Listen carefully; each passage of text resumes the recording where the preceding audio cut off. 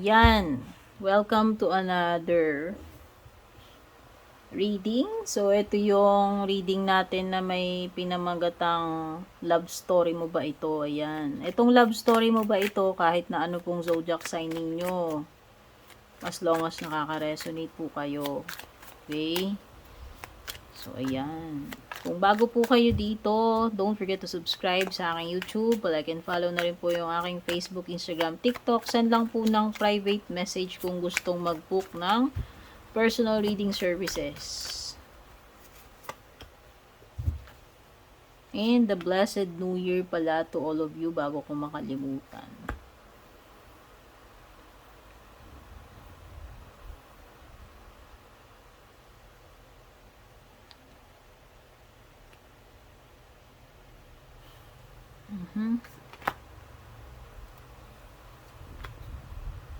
Ay, okay. So, sorry, pero mukhang mapapatunayan mo ano ba talaga tunay na kulay ng person na to.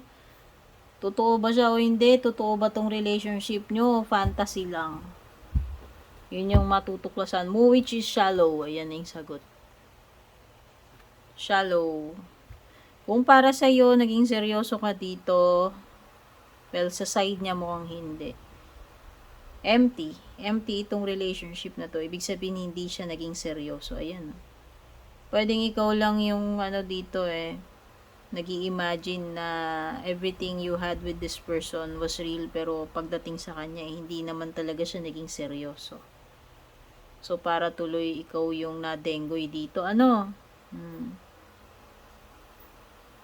O yan, one-sided ito, one-sided. Kasi sa side mo, ikaw yung nagde-daydream, nag-i-imagine, nagpo-fantasize about this person. But in fact, pagdating sa side niya, hindi siya serious. Hindi siya serious. So, hindi solid yung basihan no hindi solid yung feelings niya.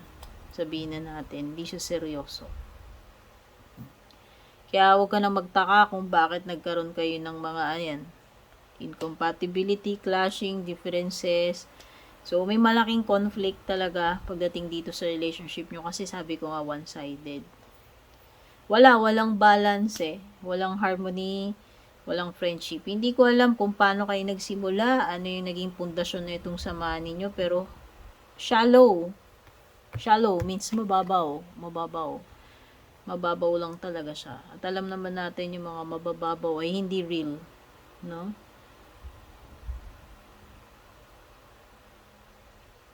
May mga third party pa dito. Pwedeng may mga peers, mga iba't ibang influences na malaking factor and contribution sa pagkasira ng samahan ninyo. Yan, pwedeng may mga third party, like mga tao, whether yun yung karibal mo or kung sino man yung mga peers, yan, pwedeng mga tropa-tropa or mga impluensya ng iba, meron man siyang kulukadidang o wala, basta mga third party. Yun yung problema, isa pang problema dito sa connection ninyo. Okay?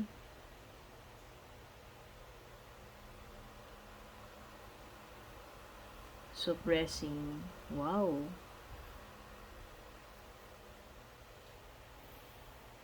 So, merong resistance dito. Hindi ko alam if ikaw ba, parang hirap ka ba tanggapin yung reality na itong sama na to is nothing serious talaga from the start, no? Pwedeng, sabi ko nga, parang nadengoy ka So, kung para sa'yo, totoo ito, mukhang fantasy lang yun, no? Mukhang daydream lang yun. Sa side niya, hindi talaga solid. Hindi talaga siya solid dito. For sure, hindi siya serious. Pwedeng sa side mo lang.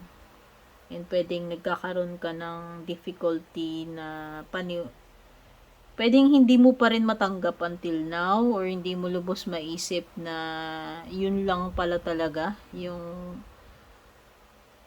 kumbaga yun lang talaga yung relationship ninyo. Ayan. Meron ditong someone resisting na pwedeng hirap tanggapin na yun yung mas mapait na katotohanan between you and this person. Pero mukhang yun yung totoo eh. Hollow. Pag sinabing hollow, walang laman, empty. So, pwedeng para sa'yo may laman, pero pagdating dun sa isa, hindi. Kasi nga, gaya ng sabi ko, hindi nga ito two-sided. Hindi, kumbaga, one-sided lang. One-sided yung nangyari dito sa relationship ninyo. Okay?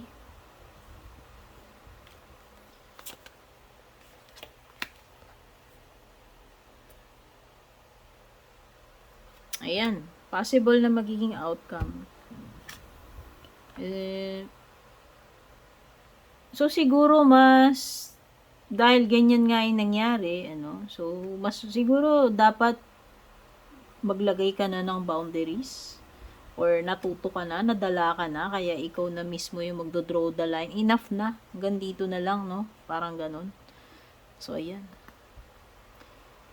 This is you realizing na, yan, kung dito parang nung una or currently, hindi mo pa matanggap, hindi ka makapaniwala, pwedeng in the future, ang pupuntahan nyo na nga.